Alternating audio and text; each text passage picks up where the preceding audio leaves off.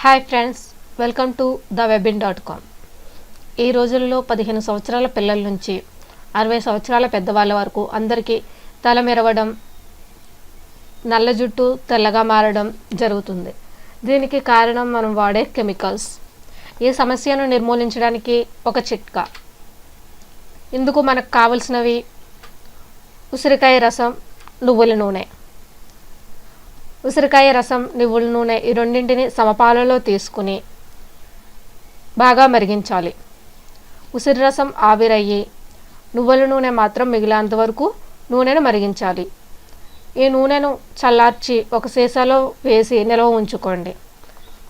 నూనెను ప్రతిరోజు క్రమం తప్పకుండా తలకు రాసుకుంటూ ఉంటే కొద్ది రోజుల్లో తెల్ల వెంట్రుకలు నల్లబడటం మీరు చూస్తారు. మీ సమస్య తెల్లని వెంట్రుకలైతే ఇందుకు మరొక చిట్కా.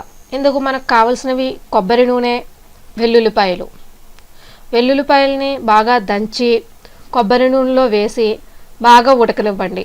ఈ నూనె చల్లారిన తరువాత వడకెట్టి ఒక సీసాలో నిల్వ చేసుకోండి. ఈ నూనెను ప్రతిరోజు క్రమం తప్పకుండా తలకు బాగా పట్టించండి. కొద్ది రోజుల్లో మీ తెల్లని వెంట్రుకలు నల్లబడడం మీరు చూస్తారు. మీ కేశాలు రంగు తగ్గుతున్నాయా?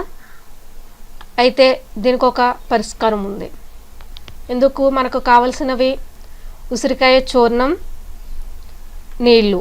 ఉసిరికాయ చూర్ణాన్ని ఒక ఇనుప పాత్రలో వేసి ఉసిరికాయ చూర్ణానికి సరిపడా నీళ్లు పోసి బాగా కలిపి ఒక రాత్రంతా నాననివ్వండి.